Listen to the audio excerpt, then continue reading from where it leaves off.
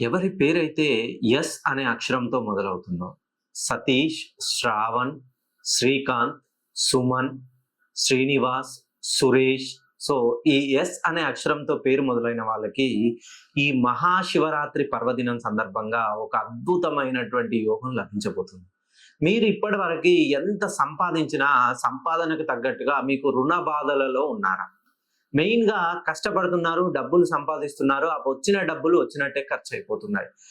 రూ. 10 సంపాదిస్తే రూ. 20 ఖర్చు రెడీగా ఉంటుంది. దానికి తోడుగా మీకు బంధు ప్రీతి ఎక్కువ, మిత్రులు శ్రేయోభిలాషులు ఎక్కువ, ఆదరాభిమానాలు ఎక్కువ, అప్పులు చేయడం ఎక్కువ, నమ్మి మోసపోవడం ఎక్కువ.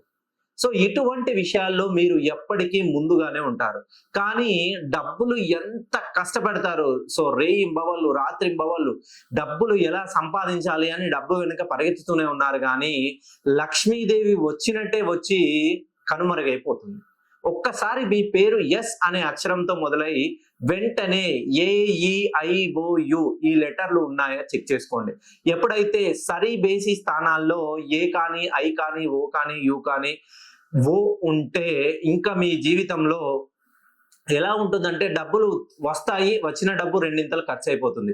మీ చేతి గుండా ఎవరికైనా డబ్బులు ఇస్తే తిరిగి రావడం చాలా కష్టంగా ఉంటుంది. దానికి తోడు మీకు ప్రమేయం లేకుండా, మీకు సంబంధం లేని విషయాల్లో మీరు అనూహ్యంగా నీలాప నిందలు మోయాల్సి వస్తుంది.